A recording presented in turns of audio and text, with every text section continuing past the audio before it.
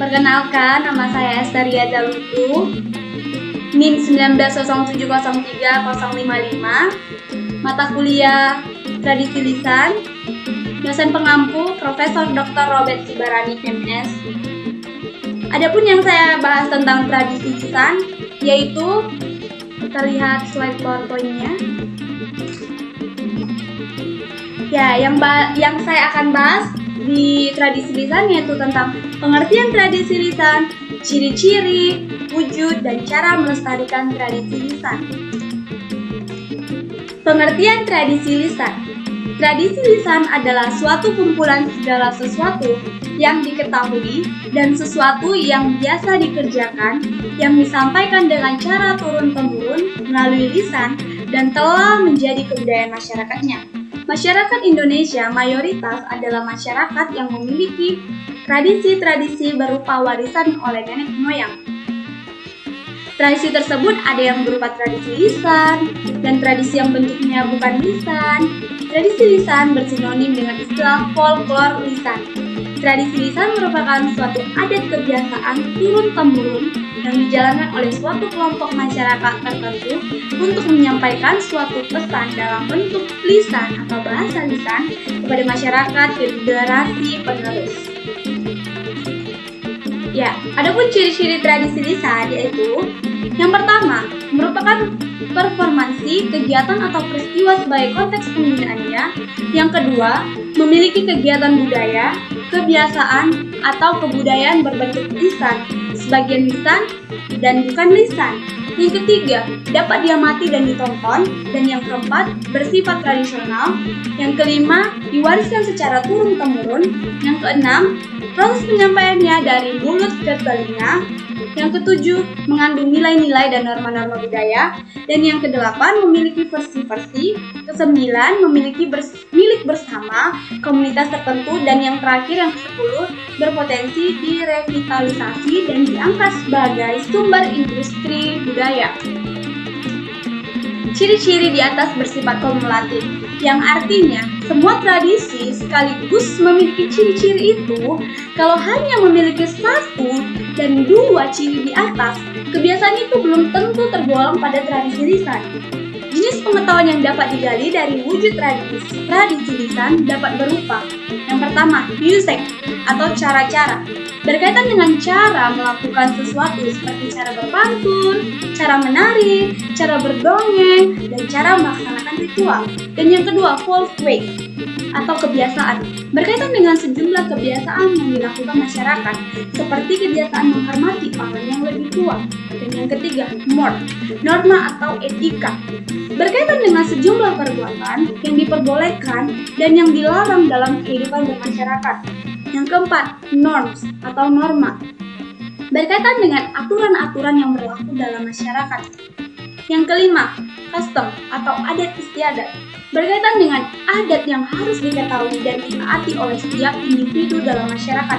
Dan yang keenam, skill, keterampilan, berkaitan dengan keterampilan melakukan produk tradisional. Yang ketujuh, kompetensi, berkaitan dengan kemampuan tentang sesuatu terutama yang datangnya dari masa lalu. Yang kedelapan, estetik atau keindahan, berkaitan dengan keindahan yang diperoleh dari pemandangan alam dan kondisi alam. Nah, adapun wujud tradisi lisan itu dapat berupa: 1. Tradisi berbahasa dan beraksara lokal, seperti tradisi menggunakan bahasa etnik atau bahasa daerah, dan tradisi menggunakan aksara lokal, aksara Betawi, Jawa, Bugis, dan sebagainya. Yang kedua, tradisi berkesusastraan, lisan seperti tradisi menggunakan perumpamaan atau peribahasa rakyat, tradisi penyebut, ungkapan tradisional, tradisi pertanyaan tradisional atau berteka-teki, berpuisi rakyat, bercerita rakyat, melanjutkan nyanyian rakyat, melantunkan nyanyian rakyat, dan menabalkan gelar kebangsawaan. 3. Tradisi pertunjukan dalam permainan rakyat seperti kepercayaan rakyat, teater rakyat, permainan rakyat, tari rakyat, adat istiadat, upacara atau ritual, dan pesta rakyat.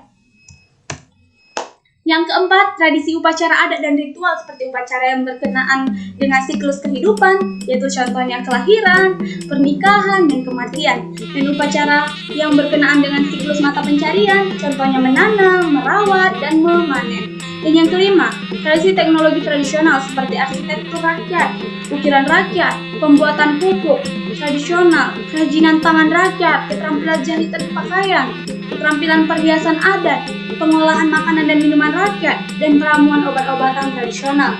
Dan keenam, tradisi pelambangan atau simbolisme seperti tradisi gerak isyarat tradisional, bunyi isyarat untuk komunikasi rakyat. Adapun contoh tradisi Susan yang saya ambil yaitu tentang adat sahur matua. Sahur matua adalah orang yang meninggal dunia telah beranak cucu, baik dari anak laki-laki maupun anak perempuan. Sahur artinya lengkap atau sempurna dalam kekerabatan telah beranak cucu, karena yang telah meninggal itu adalah sempurna dalam kekerabatan, maka harus dilaksanakan dengan sempurna. Lain halnya dengan orang yang meninggal sari matua. Kalaupun Suhud membuat acara adat sempurna sesuai dengan adat dari Anatolu, acara pelaksanaan upacara kematian sahur matua setelah keperluan upacara selesai dipersiapkan, barulah upacara kematian sahur matua ini dapat dimulai. Pelaksanaan upacara kematian sahur matua ini terbagi atas dua bagian, yaitu yang pertama, upacara di jabu atau di dalam rumah, termasuk di dalamnya upacara di jabu menuju maralaman atau upacara di dalam menuju ke halaman. Yang kedua, upacara maralaman atau di halaman rumah. Kedua bentuk upacara inilah yang dilaksanakan oleh masyarakat Batak Toba sebelum mengantarkan jenazah ke liang kubur. Yang pertama, upacara di jabu atau di dalam rumah. Pada saat upacara di jabu akan dimulai, masyarakat dari mayat dari orang tua yang meninggal dibaringkan di jabubona atau di ruang tamu. Letaknya berhadapan dengan kamar orang tua yang meninggal ataupun kamar anak-anaknya dan diselimuti dengan ulos bolang. Upacara di jabu menuju maralaman.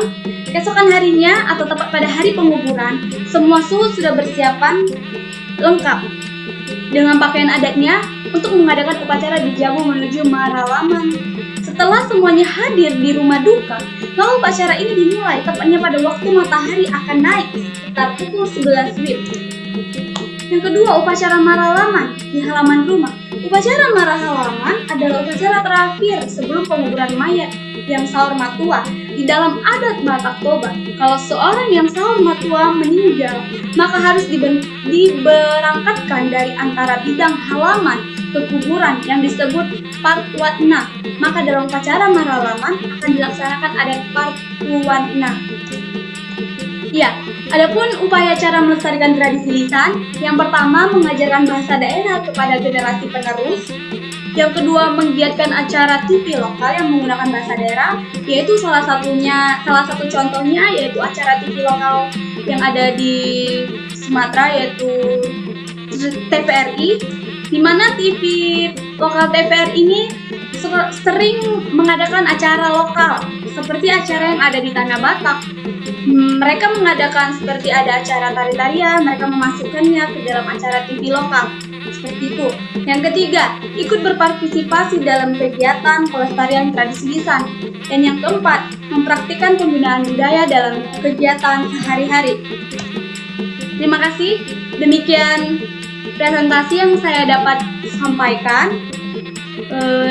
Semoga bermanfaat buat kita. Salam budaya dari saya, Horas.